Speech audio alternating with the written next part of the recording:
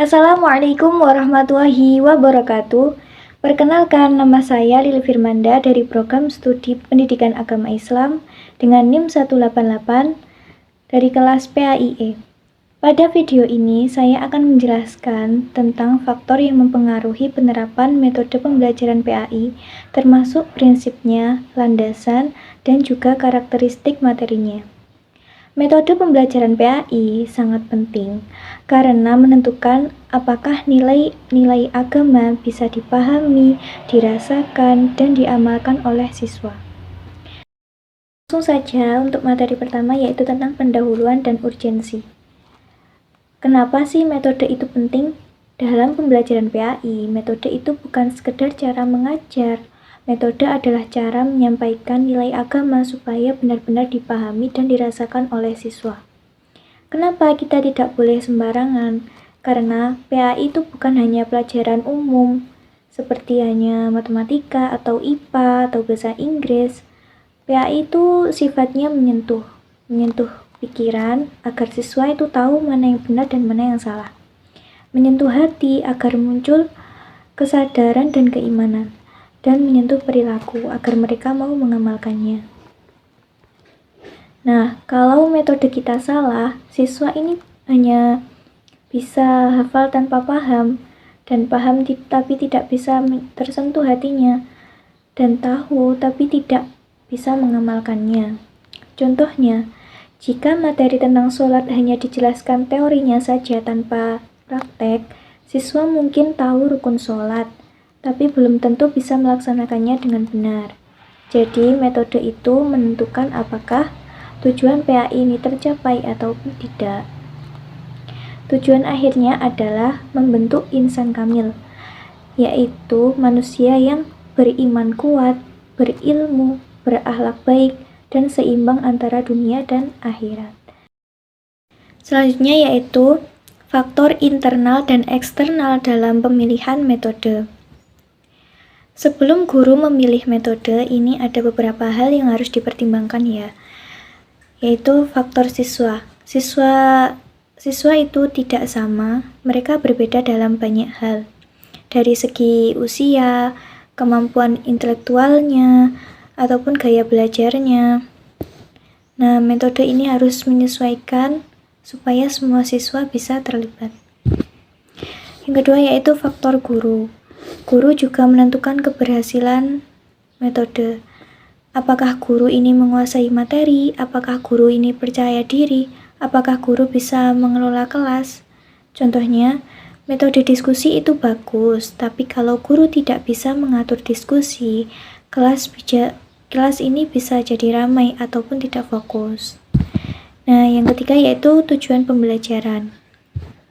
Tujuan ini menentukan metode. Misalnya, jika tujuan kita ini menghafal ayat, maka gunakan cara pengulangan atau drill.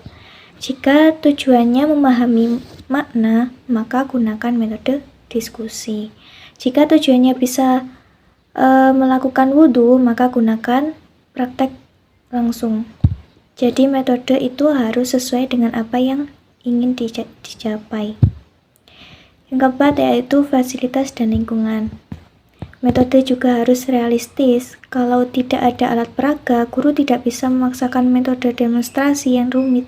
Kalau waktu hanya 40 menit, metode yang terlalu panjang ini tidak efektif. Yang selanjutnya yaitu prinsip penerapan metode PAI. Yang pertama yaitu prinsip efektivitas dan efisiensi.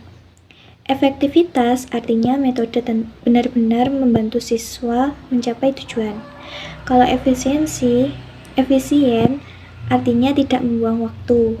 Contoh, kalau tujuan hanya memahami pengertian zakat, maka kita tidak perlu membuat proyek yang terlalu rumit. Metode itu harus tepat sasaran. Yang kedua yaitu prinsip motivasi dan minat. Metode harus membuat siswa semangat belajar. Dalam Islam, dakwah dilakukan dengan memberi kabar gembira, bukan menakut-nakuti terus.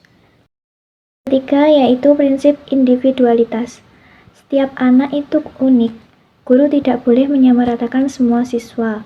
Ada yang aktif bertanya, ada yang pendiam, ada yang cepat hafal, dan ada juga yang lambat. Yang keempat yaitu prinsip aktivitas dan kreativitas. PAI tidak boleh hanya ceramah saja, tapi siswa harus belajar berdiskusi, bertanya, praktik, dan presentasi. Selanjutnya yaitu landasan teologis. Metode PAI harus berdasarkan Al-Quran dan Sunnah. Dalam Quran Surat An-Nahl ayat 125 dijelaskan 3 cara berdakwah. Yang pertama yaitu hikmah, bijaksana dan sesuai kondisi. Yang kedua yaitu mau'izah hasanah, yaitu nasihat yang lembut. Yang ketiga yaitu jidal yang baik, diskusi tanpa merendahkan. Rasulullah juga menggunakan cerita, memberi perumpamaan, tanya jawab, demonstrasi langsung. Artinya metode dalam PAI sudah dicontohkan dalam ajaran Islam. Yang selanjutnya yaitu landasan psikologis dan pedagogis. Dalam psikologis, guru harus memahami perkembangan mental siswa. Seperti anak kecil itu sukanya bercerita, udah bosan dan perlu media yang menarik atau yang kreatif. Ya untuk remaja itu dia mulai berpikir kritis, suka bertanya, dan ingin dihargai pendapatnya. Jadi kita harus menjadi pendengar yang baik. Yang selanjutnya yaitu pedagogis. Metode juga mengikuti teori pendidikan modern. Contohnya konstruktivisme.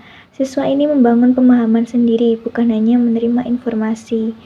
Ini sejalan dengan konsep tadabbur dalam Islam, yaitu merenung dan memahami secara mendalam. Tentang karakteristik materi PAI. Seperti akidah, ini bersifat abstrak, tidak bisa dilihat langsung. Karena itu menggunakan perumpamaan dan dialog yang logis dan mengajak merenung ciptaan Allah, agar siswa tidak hanya percaya karena disuruh, tapi karena memahami.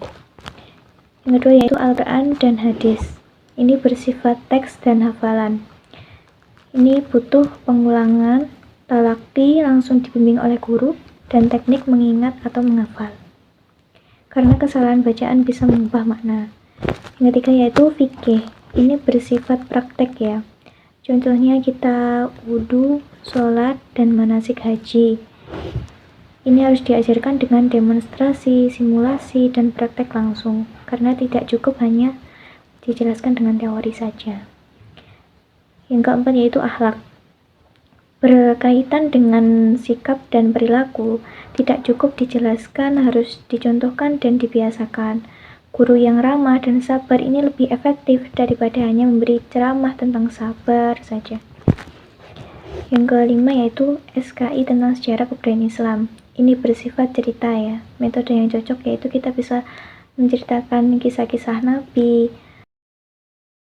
Penerapan metode PAI yang sukses itu lahir dari perpaduan antara pemahaman landasan agama, prinsip pendidikan yang tepat, dan penyesuaian terhadap karakteristik materi. Demikian penjelasan saya tentang faktor dan prinsip penerapan metode pembelajaran PAI. Semoga video ini bermanfaat dan membantu teman-teman memahami pentingnya metode dalam pembelajaran agama. Terima kasih. Wassalamualaikum warahmatullahi wabarakatuh.